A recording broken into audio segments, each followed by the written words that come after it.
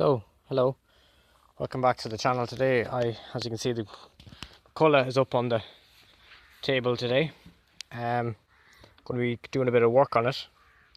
I'm going to take this carburetor out and clean around it. I don't think the carburetor is the problem with its racing. I think it's something got to do with the linkages.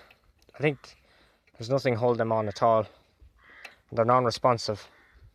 So I'm going to take the head off, or the cover off, then the air filter. I'm going to clean the air filter while it's off, and then look in at this linkage and see what's going on here. And if there's a broken spring or something, I'll try and get it fixed. And then I might give the carburetor a clean as well, and stick it all back together. On the other side, I might paint exhaust. Take the bad look off. It's not actually it's not as rusty as the Sprinter was back in the day. Saying that, the body could really need work. The body is going to be on for another day's project. I just want to mechanically fix this. I might even see about the four-wheel or the self-propel on this, but that'll have to wait, because I don't know. I don't really mind. Self-propel is a great thing, but they're not. It's not a complete want in this mower. Mostly I just want it to be cutting right and the engine running okay. Once I'm done like that, I'm happy enough. So yeah, I'm just gonna get this cover off and start taking parts off the engine. Right. So I'm taking the cover off the engine.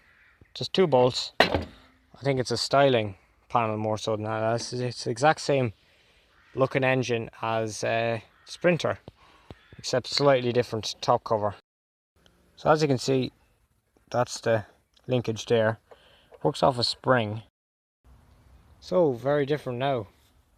So they're getting the fuel line out and carburetor, and I think I know what the problem is. Also, look at all this. That's all going to be cleaned. I'm going to clean all that down, take all that stuff off, I'm going to actually have to take the rocker cover. You can see it's all caked behind the engine, and that'll cause a fire. So that's going to be all cleaned off. Once it's cleaned off, back together, I'm going to paint this, take the rusty colour off and paint it back to its original colour. Just give this all a good clean, and yeah, we'll see where we're at then. So yeah, I'll see you in a minute when this top is off.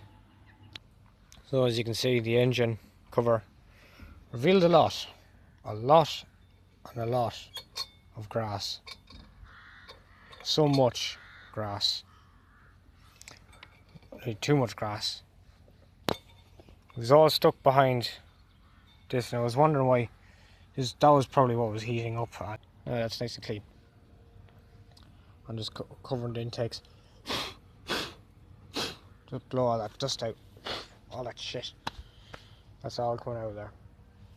So it's nice and clean behind here in the cooling fins, thankfully. I don't know why that's closed then. Sorry about that. That's perfect. Nothing wrong with that. It's alright.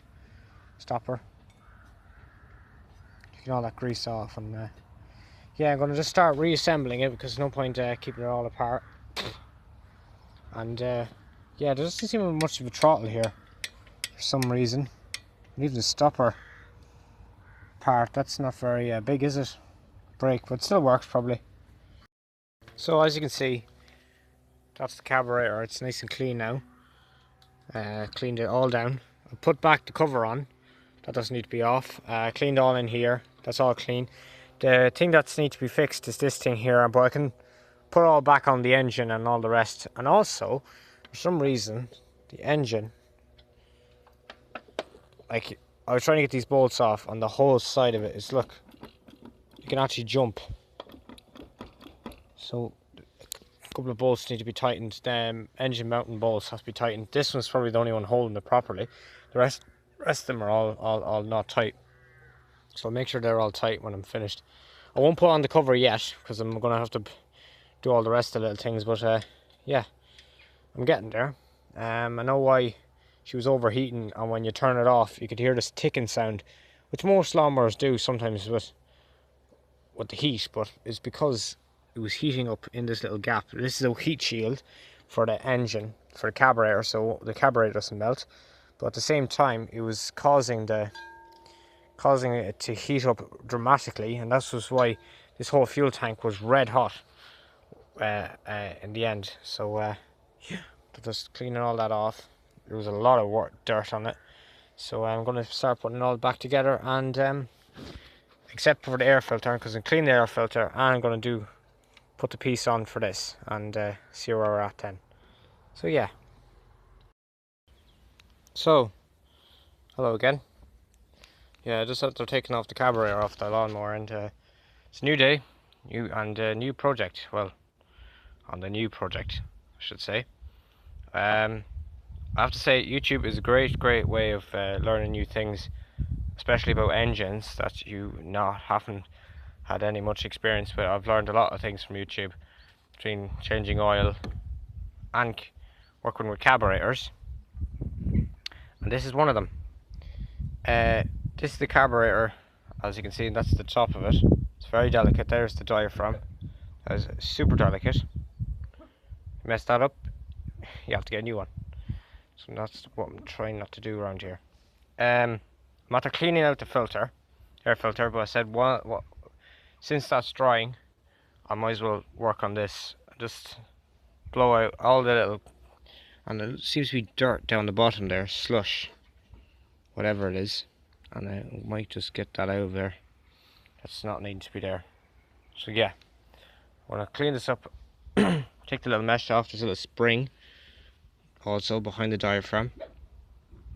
There's a bit of dirt there as well, and that could be causing fuel inefficiency too. So yeah, we're just going to go clean this up, and I'll see you in a minute. So I didn't actually take the diaphragm out from the top part. I just cleaned underneath. I didn't really see much of a need to clean the other side, because that's where the grass would be. So yeah, I've bolted it all back on. I've actually also, should have showed you, I scored just here to here on these pumps, because on these carburetors of this particular kind, these could leak on this side. So what I did was, I just from here, just with a knife or a screwdriver, or mostly a center punch or a scribe, you can scrape a line from here to here. Just a simple one, like so. I'll show you here in the wood, like a bit straighter than that, but not as deep either. But just a nice little score. That's all. That's if your tank is leaking, or your carburetor is leaking from here, which many of them do. As you can see, that's what they like to do. So that's what Briggs and Stratton recommended us to do with these carburetors. From cleaning it, now I'm going to put it back on. I am going to try. I'm going to put in the rubber now. When you're taking off your carburetor, never lose these. These are very important, and they go in like I followed.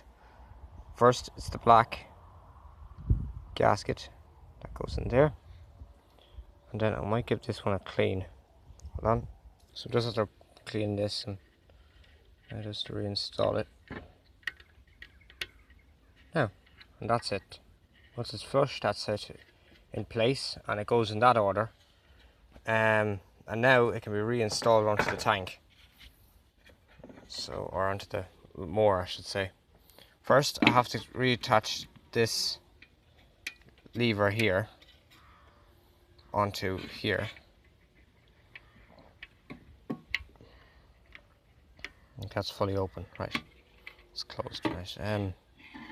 So it's a bit tricky, so I'm just going to get that on off camera. So as you can see, I've reattached that, and once that's reattached, make sure my gasket's okay, I'll realign it to put it back on the engine,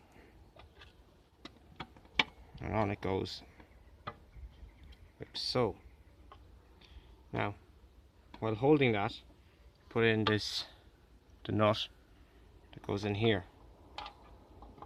goes in like so, goes in so far, and then I'll get my ratchet and socket. Let's try and do this with 2 hands. Yeah.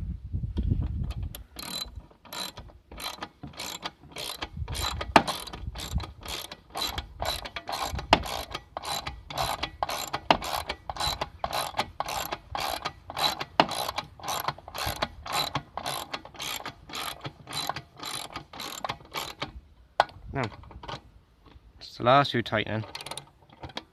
13mm. Now, not too much. You don't have to tighten it ridiculously tight. I'm just going to move you around. Now, just the bolt that was on it is this. It's not the genuine bolt, I know, but it works. So I'm going to put it back on. No, it's a very, very small nut. Luckily, it's not supporting too much weight. It's kind of that 13 mils bolt is what's really holding it on. First, thread it by hand. Get my screwdriver then. It's not small of a nut. I don't think it's. I think it's like a mils.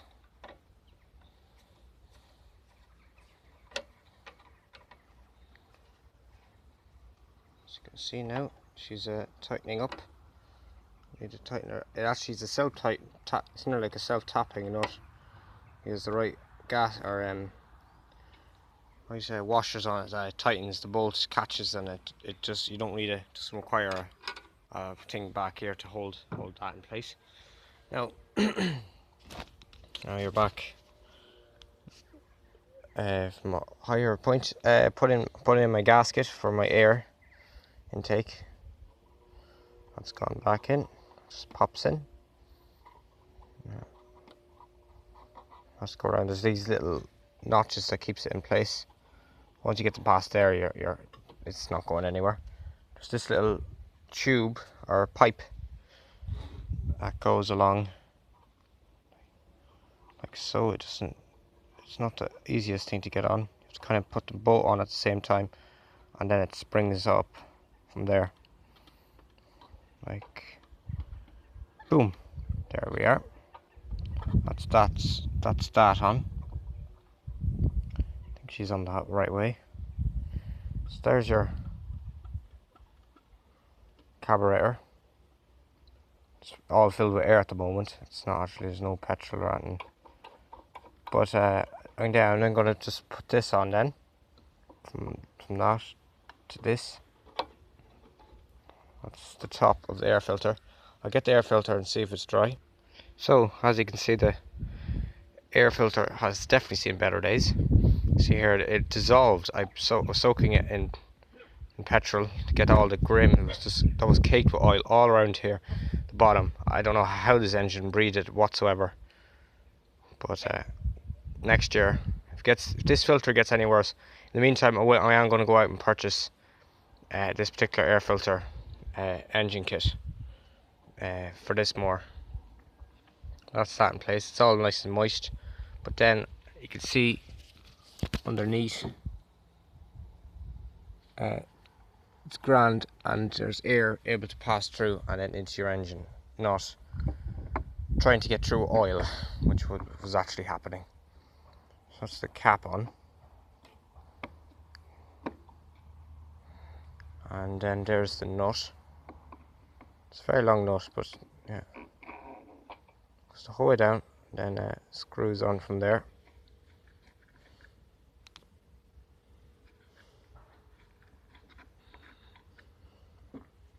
Great having a couple of screwdrivers hanging around, especially with these engines.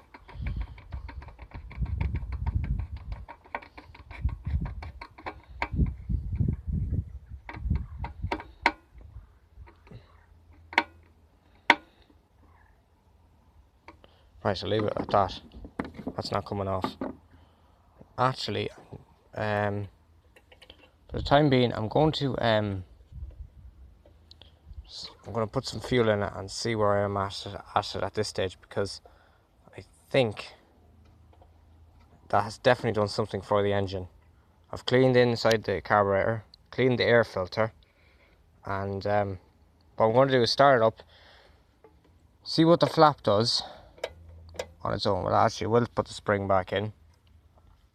The spring, it goes, hooks on here. Maybe I shouldn't put the filter on, I'll just have to take it off. So, you enjoyed me at late hours in the evening. We're in the shed. This is not the new project shed, this is actually the workshop.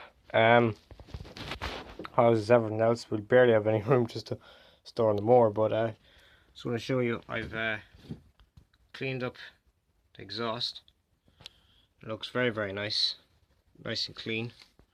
Give it a good wire brushing the whole way along thoroughly. And I do like just something about the exhausts on lawnmowers.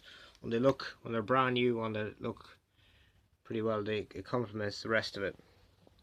So yeah, hopefully now I'm gonna go out and mow with this in the coming days, and it's always gonna be the last cut because it's September. Things are going to be start winding down when it comes to cutting lawns, but I'm going to do one of my last cuts with this, and hopefully we'll get some results as I clean the carburetor. Since I've cleaned the carburetor, it looks better because the exhaust is cleaned. Throttle still non-operational, it's just going one speed. I don't mind that speed. I don't want to keep altering it, but it's going at a nice speed, and I'll leave it at that for now. Self-drive, I don't really want to self-drive for the moment. Self-drive can stay on operational. I don't really need it. I like cutting grass without needing it. I'm very happy with these handlebars. I don't think I've actually shown you. I've actually put bolts straight through from the sides, and the original grips are in here as well to give them extra stability. So there's 2 bolts on either side with lock nuts on them, tied to the last, and they are strong. There's a bit of give in them, but they lock once there's a small bit of movement, about that much, and then it locks. So yeah, right, so hopefully the next video you'll see is this in operation. On part 2 of fixing the Mc Culloch mower, we will be in operation, so stay tuned. Bye for now.